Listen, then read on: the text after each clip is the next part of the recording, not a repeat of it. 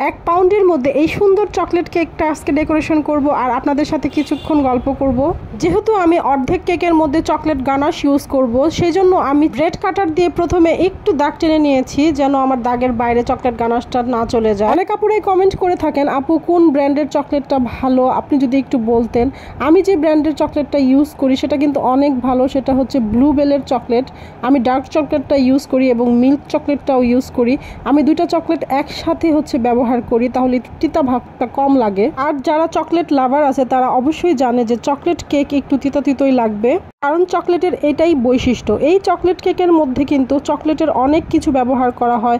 Chocolate ganache দেওয়া হয়, chocolate chips দেওয়া হয়, চকলেট টপার দেওয়া হয়, চকলেট কোকো পাউডার দেওয়া হয়, সেজন্য এটাতে একটু তিতা তিতা ভাব লাগবে, এটাই কিন্তু খুবই স্বাভাবিক। আপনারা বললে হয়তো বিশ্বাস করবেন না, এই কেকটার ভিডিও করেছিলাম, মানে এই কেকটা আমি বানিয়েছিলাম শীতের দিনে, আর আমি এটার ভয়েস দিতেছি আজকে গরমের দিনে। বুঝেন আমি কতটা অলস, খালি অলসতার কারণে আমি এই ভিডিওটাতে ভয়েস দিতে পারি না। সেই জন্য কিন্তু আমার চকলেটটা বারবার জমে যাচ্ছিল, যেহেতু অনেক শীত। আমি কিন্তু কুসুম গরম চকলেটটাই নিয়েছি কেকের উপর দেওয়ার জন্য, কিন্তু দিতে দিতেই আমার চকলেটটা জমে যাচ্ছিল, সেই জন্য কিন্তু আমার অনেকটা কষ্ট হয়েছে এই কেকের উপর চকলেট গানাশটা দিতে। আপনাদেরকে আমার অভিজ্ঞতা থেকে একটা কথা বলি, কেকের উপর চকলেট গানাশ ব্যবহার করার আগে অবশ্যই কেকটাকে খুব ভালো করে সেট হতে দিবেন ফ্রিজের মধ্যে, তা না হলে কিন্তু এই যে দেখেন আমার কিন্তু ক্রিম বারবার আমার গানাশের সাথে উঠে উঠে আসতেছিল। আমি যদি কেকটাকে ভালো মতো ফ্রিজে সেট করে নিতাম তাহলে কিন্তু আর আমাকে এই প্রবলেমটার মুখোমুখি হতে হইতো না। যাই হোক, ভুল থেকে মানুষ অনেক কিছুই শিখে, ভুল না করলে শিখবো কিভাবে বলেন?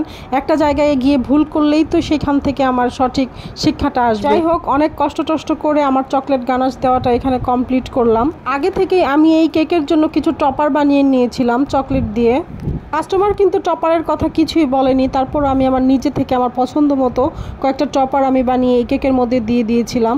তারপর আমি টপারে আবার গোল্ডেন ডাস্টও দিয়ে দিয়েছি একটু সৌন্দর্যের জন্য। এই যে আমি টপারগুলো আগেই প্রথমে রেডি করে নিয়েছিলাম, রেডি করে আমি এখানে চকলেট টপারের উপর কিছু গোল্ডেন ডাস্ট ব্রাশ করে দিব।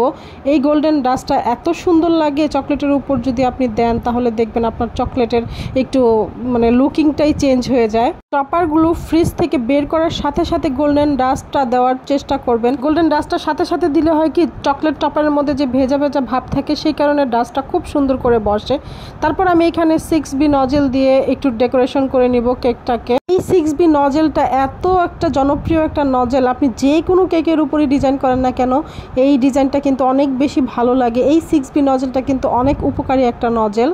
আমি এই একই নজেল দিয়ে কেকের নিচেও একটু বর্ডার দিয়ে নিব, এটাতে বর্ডার দিলেও কিন্তু খুব বেশি ভালো লাগে। আমি আবার এই ফুলের মাঝখানে একটা করে চকলেট চিপসও বসিয়ে দিব। আমি সবসময় বলি যারা নতুন আছেন তারা 2G 1M 6B এই কয়েকটা যে জনপ্রিয় নজেল আছে অবশ্যই সেগুলো আপনারা রাখবেন। এই যে আমার কেকের ফাইনাল লুক দেখেন কেমন হয়েছে। আমি টপার বসিয়ে দিয়েছি, চকলেট চিপস দিয়ে দিয়েছি। আসলে চকলেট কেকগুলো না একটু সিম্পল ডেকোরেশন করলেই অনেক বেশি ভালো লাগে। কেমন হয়েছে জানাবেন। ধন্যবাদ সবাইকে।